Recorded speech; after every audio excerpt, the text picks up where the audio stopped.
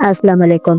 अगर आप भी खौफ की दुनिया में कदम रखना चाहते हैं तो खुश आमदीद है आपका हॉरर स्टोरी विद अबरिश पर, जहां हम आपको सुनाएंगे ऐसी खौफनाक कहानियां जो आपके दिल की धड़कन तेज कर देगी।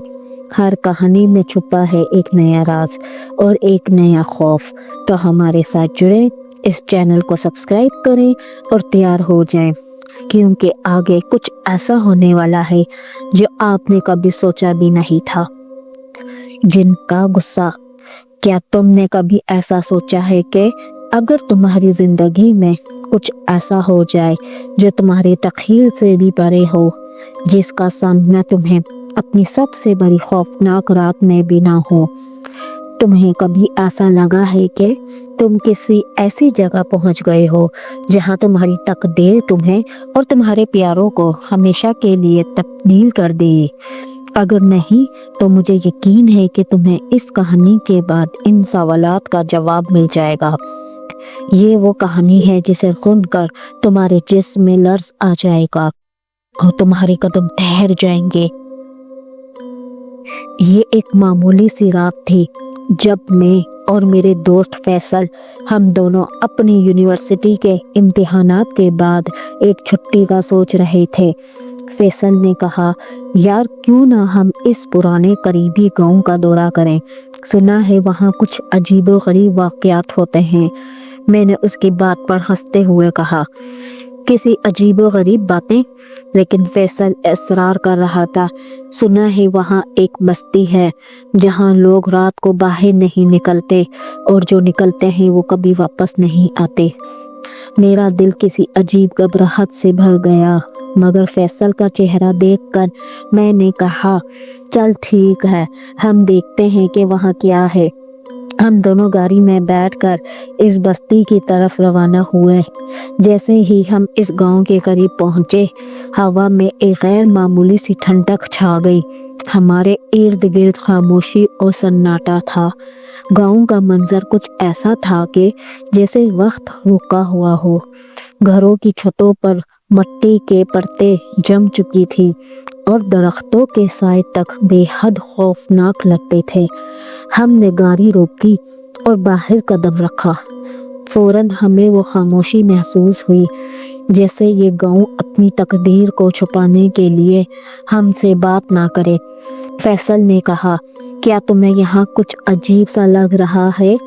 मैंने सर झुकाया और कहा, हाँ वाकई कुछ अजीब है।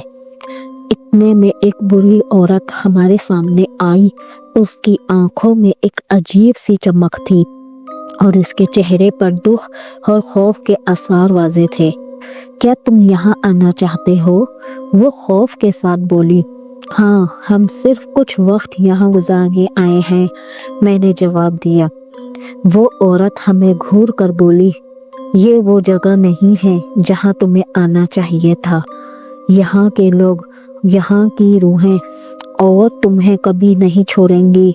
हम दोनों हंसी में इसकी बातों को नज़रअंदाज करते हुए आगे बढ़ गए, लेकिन दिल में एक गमगीनी और बेचैनी महसूस हो रही थी। हम दोनों एक पुरानी इमारत की तरफ बढ़ने लगे जो गांव के बीचों बीच वाक़ई थी। ये इमारत एक वक्त में करीबी इलाके के लोगों का मरकज़ थी, लेकिन अब वो सिर्फ वीरानियों का गहरा गम अपने अंदर समोए हुए थी।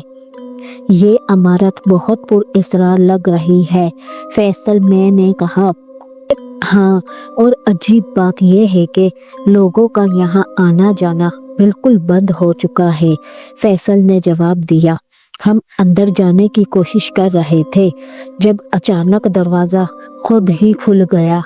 जैसे ही हम अंदर गए, एक सर्द हवा हमारे जिस्मों को छू गई और फिर एक दर्दनाक आवाज़ आई, जैसे कोई करहा रहा हो। ये क्या था? फैसल ने सवाल किया। मुझे नहीं पता, लेकिन कुछ ना कुछ ज़रूर है, मैंने जवाब दिया। हमने आगे बढ़ना शुरू किया और फिर एक अजीब सी आवाज़ सुनाई दी, जैसे कोई कुछ कह रहा हो, यहाँ तुम्हारा कोई नहीं है, तुम दोनों का गुस्सा अब तुम्हें खा जाएगा।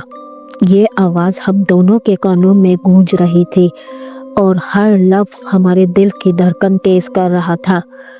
یہ کیا ہو رہا ہے؟ فیصل نے خوفزدہ ہو کر کہا۔ میں نے اس کی طرف دیکھا اور ایک انجانی سی کیفیت میں کہا، ہم یہاں کچھ غلط کرنے آئے ہیں فیصل۔ اس دوران عمارت کے کمرے میں ایک سایہ دکھائی دیا۔ وہ سایہ ہم دونوں کے سامنے آ گیا اور اس کا چہرہ عجیب و غریب تھا، جیسے کوئی جن ہو۔ اس کی آنکھوں سے خون ٹپک رہا تھا اور اس کے جسم کی شکل بہت غیر معمولی تھی۔ وہ ہمارے قریب آیا اور بولا، تم دونوں نے میری سرحدوں کو پار کیا ہے اور اب تمہیں ہماری سزا ملے گی۔ یہ ہم دونوں کی سانسیں رک گئیں اور ہم اپنے قدموں کو روکنے میں ناکام ہو گئے۔ ہمیں معاف کر دو، ہم صرف یہاں کی حقیقت جاننا چاہتے تھے۔ کچھ نہیں، فیصل نے لرزتے ہوئے کہا۔